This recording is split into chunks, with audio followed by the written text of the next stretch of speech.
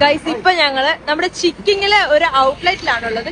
ഇവിടെ ഞങ്ങൾ കയറിയിട്ട് ചോദിച്ചു 499 ഓഫർ ഉണ്ടോ എന്ന് ചോദിച്ചപ്പോഴത്തേക്കിന് അവർ പറയുന്നത് അത് സ്റ്റോക്ക് ഔട്ട് ആണ്. അവിടെ നിറയെ പീസ് ചിക്കൻ ഒക്കെ ഇരിപ്പുണ്ട്, പക്ഷെ അവർ പറയുന്നത് സ്റ്റോക്ക് ഔട്ട് ആണ്. ഞാൻ കുറെ പേരുടെ ബ്ലോഗ് കണ്ടിട്ടാണ് ഞാൻ ഇവിടെ വന്നത്. എങ്കിലൊന്ന് ട്രൈ ചെയ്യാൻ നോക്കി. പിന്നെ ഞാൻ കുറെ ബ്ലോഗ് കണ്ടായിരുന്നു, പോകണ്ട, പറ്റീരാന്ന്.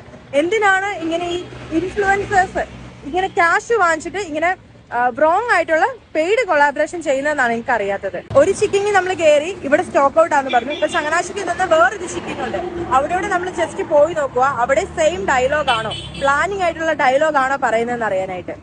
Wait and see.